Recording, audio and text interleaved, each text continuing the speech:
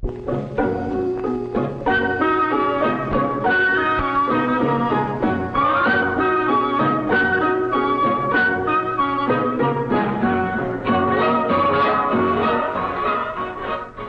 is the foundation of our daily meals. It's the #1 food on the tables of people all over the world. And for a good reason. It's the most economical source of the elements needed to provide energy and help build strong bodies. It is wholesome, tasty, and although man doth not live by bread alone, without it a meal seems incomplete. Formerly, most bread was made in the home, but it took experience and a lot of hard work to turn out good bread every time. The housewife usually gave a sigh of relief when her efforts were successful. Today, the baking industry has taken over a good part of the job of providing America's daily bread and other bakery products. The industry produces over $2 billion worth of baked foods per year. It employs more than 300,000 persons in a wide variety of jobs, calling for various degrees of skill and knowledge. At wholesale bakery, the actual baking is mainly machine operation, and except for certain key jobs, much of the work can be done by persons without any previous training. The first step in bread making is to prepare the flour by sifting and blending. The other ingredients, such as sugar, yeast, shortening, milk, and salt, are weighed or measured carefully according to set formulas. A man called a mixer starts the bread on its way to the table by pouring the ingredients into a huge dough-mixing machine. He sets a scale which weighs out just the right amount of blended and sifted flour. The flour falls from an overhead hopper into the mixer, which is then set in motion. Half a ton of dough, enough for 1,000 loaves, can be mixed in some machines. When the dough is ready, it is dumped into a trough, which the mixer's helper wheels into the air-conditioned fermentation room. In this warm, moist place, the yeast cells multiply and the dough rises. To make good bread, the dough must be allowed to ferment just the right length of time. The skill of the bakery superintendent is called on in working out proper schedules.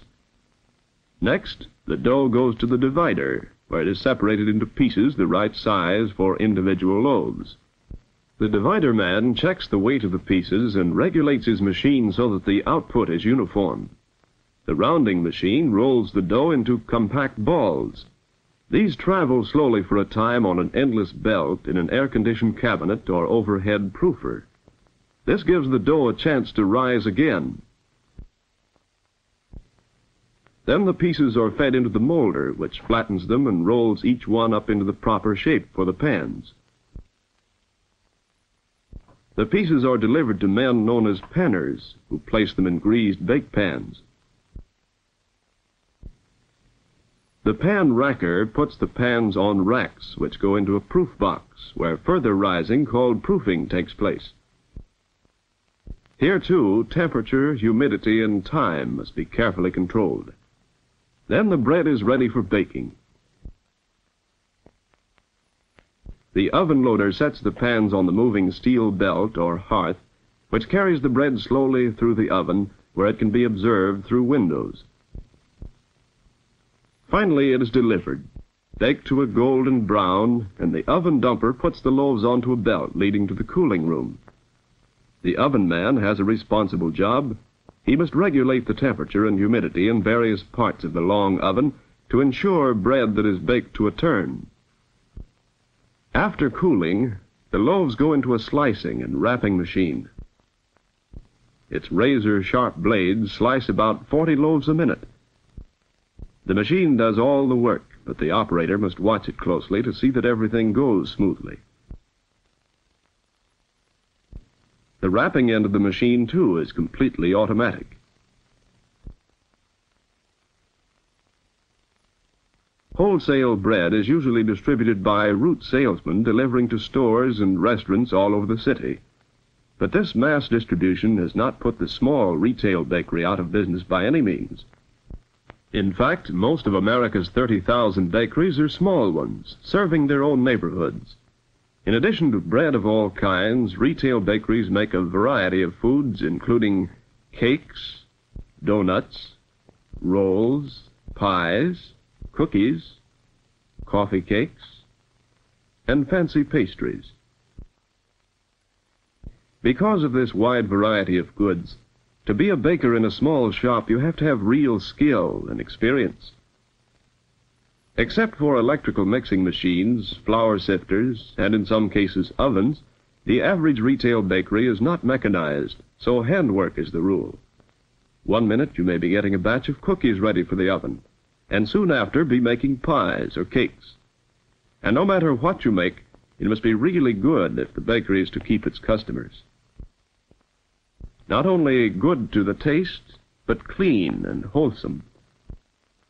The conscientious baker is aware of his responsibility to the consumer's health. The working hours for a baker and his helpers used to be long and arduous, but today most bakeries operate on 8-hour shifts. But a baker must be in good physical condition, for some bakeries are warm places, especially in the summertime. Bakers usually learn their trade as helpers or by contracting as apprentices. Experienced bakers teach the apprentice the skills of the trade, and when the training period is completed, the apprentice is qualified for a job as a journeyman baker. Baking can also be learned in a vocational school.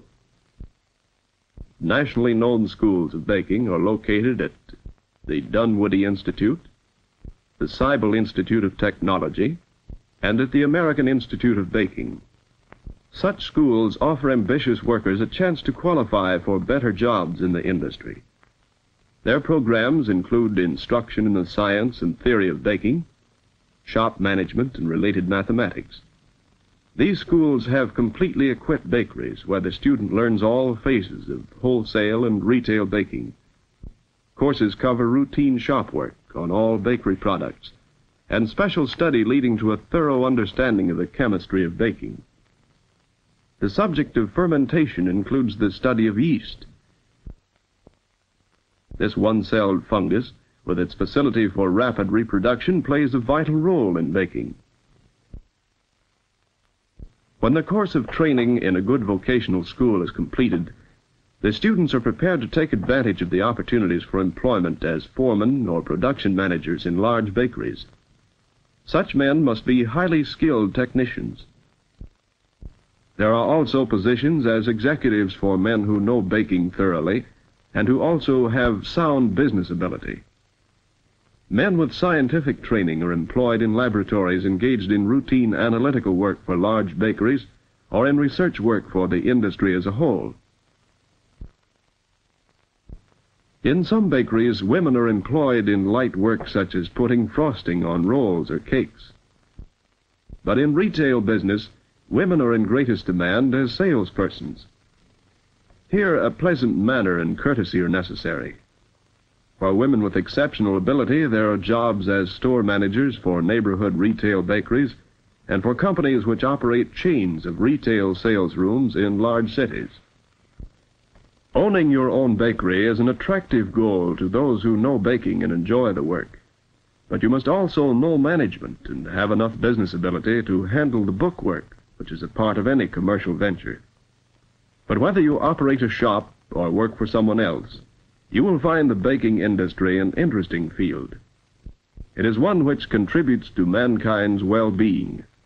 It is a permanent part of America's economy and is due for further expansion. It offers employment to many and a career for those who qualify. If the work appeals to you and you're willing to learn with a sincere desire to get ahead, you may find some phase of the baking industry a worthwhile choice as your life work.